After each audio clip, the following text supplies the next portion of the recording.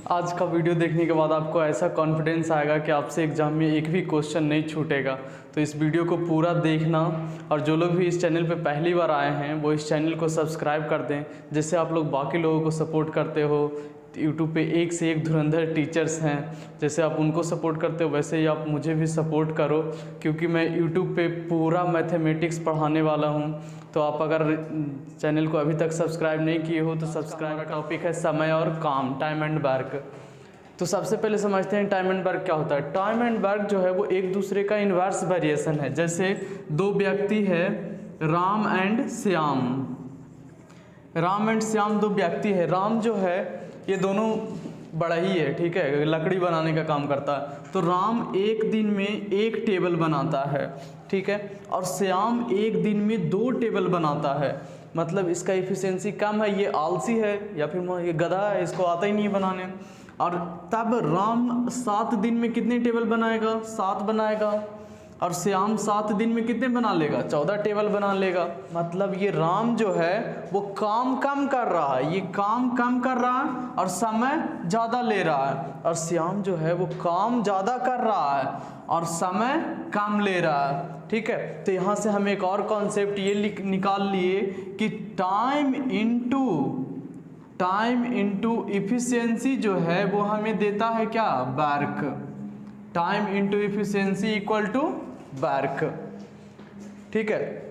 जैसे कोई व्यक्ति है वो दौड़ रहा है, ठीक है, वो दौड़ रहा है। तो अगर वो लड़का है तो वो कम समय में ज़्यादा डिस्टेंस तय करेगा।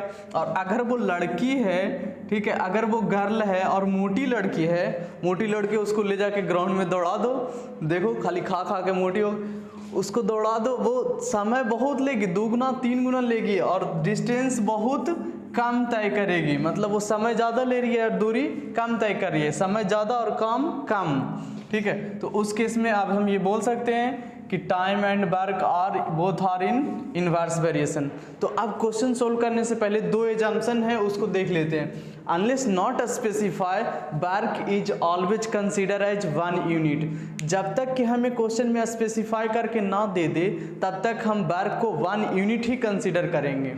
1 यूनिट का मतलब क्या हुआ? 1 यूनिट का मतलब होता है जैसे कोई काम है, बिल्डिंग बनाना है, तो बिल्डिंग बनाना हमारा जो वर्क है वो हम मान लेते हैं कि वो 1 यूनिट वर्क है, ठीक है। दूसरा एजम्पशन है man and days are always in inverse variation when work is constant. जब काम कांस्टेंट हो, मतलब हमारा काम है कोई कुआं खोदना, तो वो एक कांस्टेंट काम है। तो उस कांस्टेंट काम में man and days are both are in inverse variation. जैसे एक आदमी किसी काम को 5 दिन में करता है, ठीक है, एक आदमी किसी काम को 5 दिन में करता है। तो 5 दिन में आदमी द्वारा किया गया कार्य कितना होगा? 1/5 यूनिट, ठीक है। तो ये man and days are both are in inverse variation, इसको ध्यान में रखेंगे, ठीक है। और अगर आप कॉपी पेन लेके बैठे हो तो ये दोनों को नोट कर लेंगे। अब देखते हैं इस टाइप से क्वेश्चन कैसे पूछता है एग्जाम में, इस पे बेस्ड क्वेश्चन इस टाइप से पूछता है कि ए अकेला किसी काम को 10 दिन में करता है, बी अकेला किसी काम को 15 दिन में करता है। तब आपको बताना है कि अगर वो a + b साथ में काम करे तब वो उस काम को कितने दिनों में पूरा करेगा। इंडिविजुअल करता है A 10 दिन में, B 15 दिन में। ये B आलसी है तो ये 15 दिन समय लेता है, इसका एफिशिएंसी ज़्यादा है तो वो 10 दिन समय लेता है। तो अब हमें बताना है कि वो साथ में कितना समय लेगा।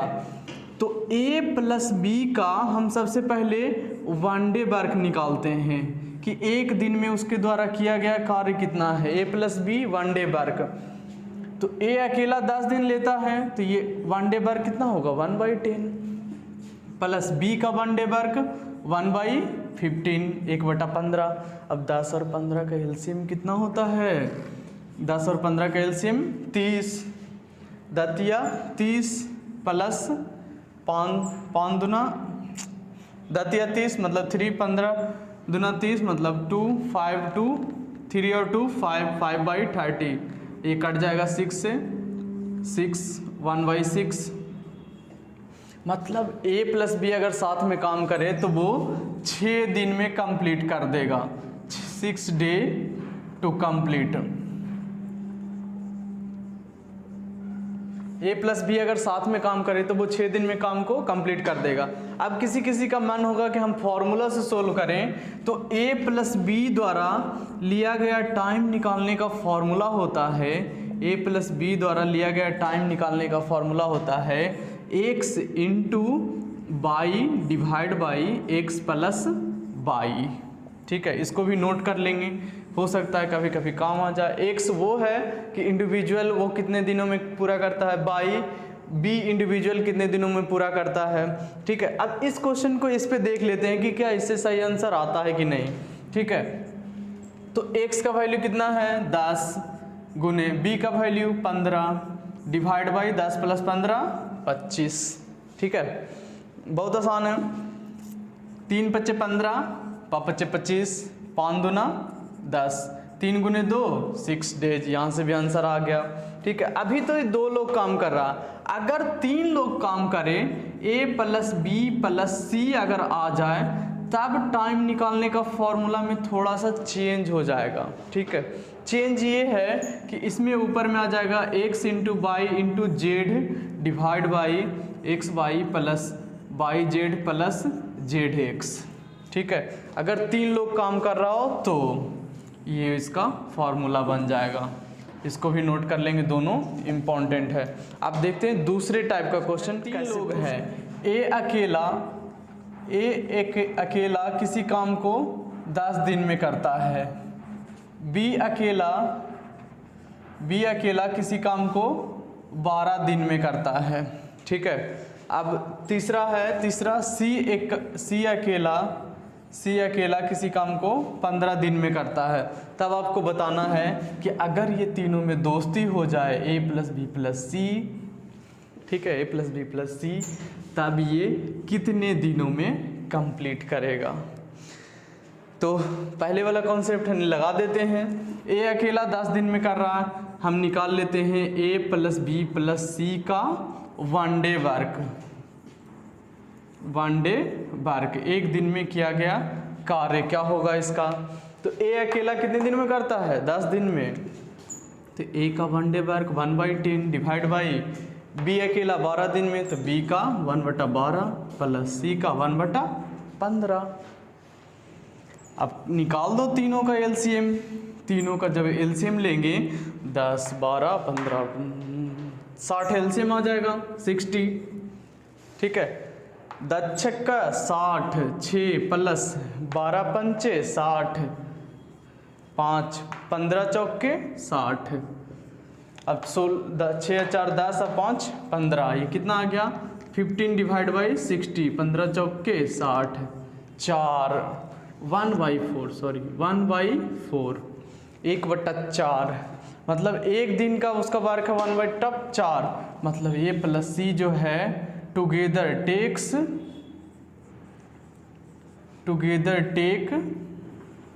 4 days टू कंप्लीट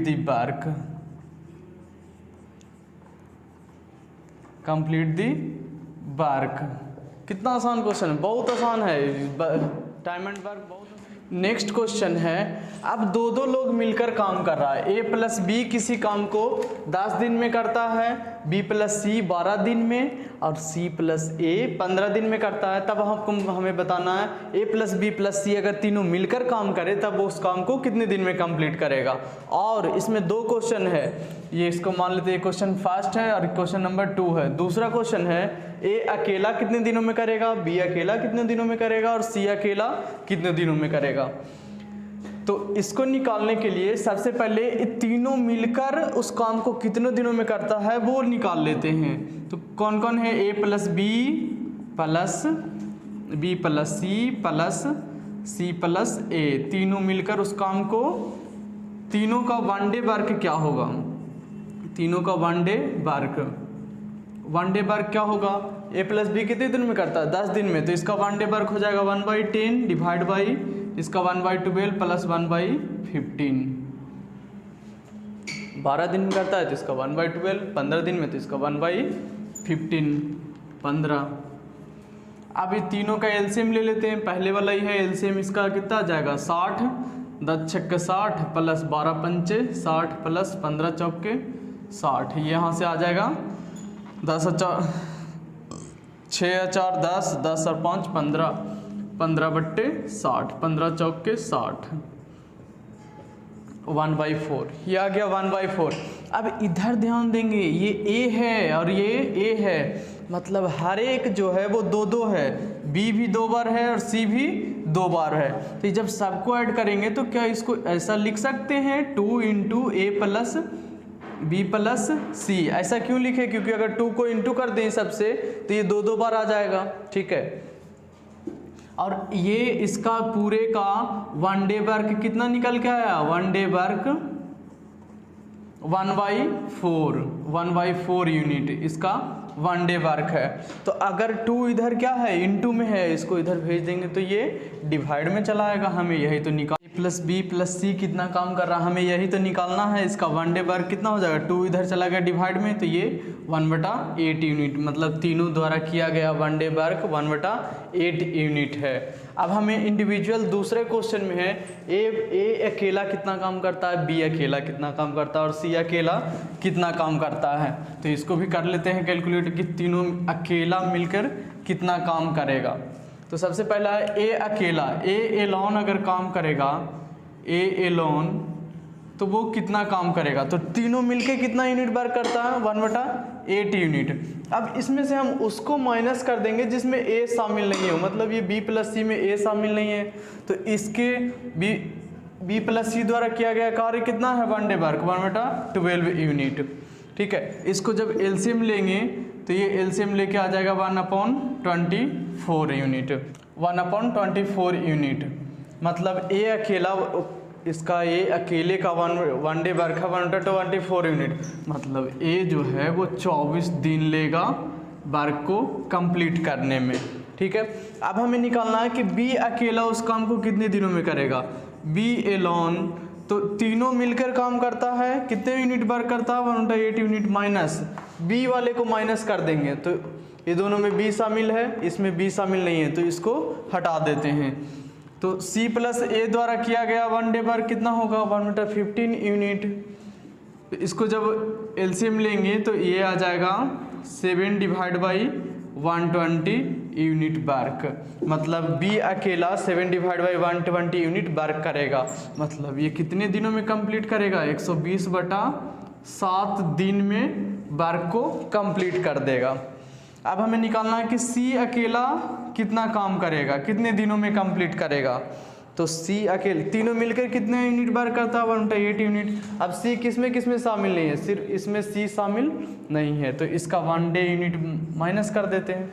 अब जब इन दोनों का एलसीएम लेंगे तो एलसीएम आएगा 40, 8 पंचे 40 माइनस 10 चौके 40, 4 5 - 4 1/4 1/40 यूनिट वर्क सी अकेला करेगा, मतलब वो अकेले 40 दिन में वर्क को कंप्लीट करेगा, 40 दिन टू कंप्लीट द वर्क। अब काम किए हैं तो हमें वेतन भी चाहिए, पैसे भी चाहिए, कोई फ्री में तो काम करेगा नहीं, ठीक है। तो अब है efficiency and time are always in inverse variation. अब जितना इफ़िशियंट हो, इफ़िशियंसी कहने का मतलब है आपकी क्षमता जितनी है, आपकी औकात जितनी है काम करने की, आपको पैसे भी उसी हिसाब से मिलेंगे।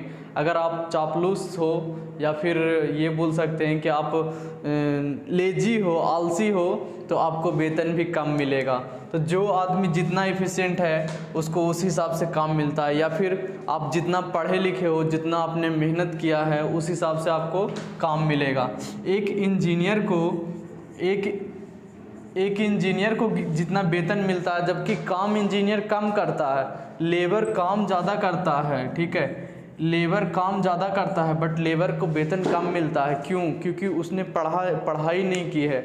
इंजीनियर पढ़ा लिखा होता है तो उसको वेतन ज़्यादा मिलता है, लेबर काम ज़्यादा करता है लेकिन वेतन कम मिलता है। लेकिन इसका इफ़िशियंसी कम है, इसका इफ़िशियंसी ज़्यादा है। तो वही है efficiency and time are always in inverse variation. कोई व्यक्ति जैसे वही टेबल का एग्जांपल समझते हैं, एक दिन में कोई एक टेबल बना रहा है और एक दिन में कोई 2 टेबल बना रहा है, मतलब ये दूसरा वाला व्यक्ति एफिशिएंट ज़्यादा है, इसके ये काम ज़्यादा करता है तो ये ज़्यादा पैसे अर्न करेगा। ठीक है, तो जितना एफिशिएंसी होगा, एफिशिएंसी और टाइम और both are in inverse variation. Time ज़्यादा लगेगा मतलब वो एफिशिएंट कम है, टाइम कम लग रहा है मतलब वो एफिशिएंट ज़्यादा है, उसका एफिशिएंसी ज़्यादा है। यहाँ पे क्या है, यहाँ पे टाइम कम लग रहा है और उसका एफिशिएंसी ज़्यादा है। यहाँ पे टाइम कम लग रहा है, एफिशिएंसी ज़्यादा है, यहाँ टाइम ज़्यादा लग रहा है और एफिशिएंसी कम है। दूसरा है the wages earned by work is always divided in the ratio of efficiency और प्रोपोर्शनल टू वर्क डन। आपको जो वेतन मिलेगा वो आपके एफिशिएंसी के अकॉर्डिंग मिलेगा।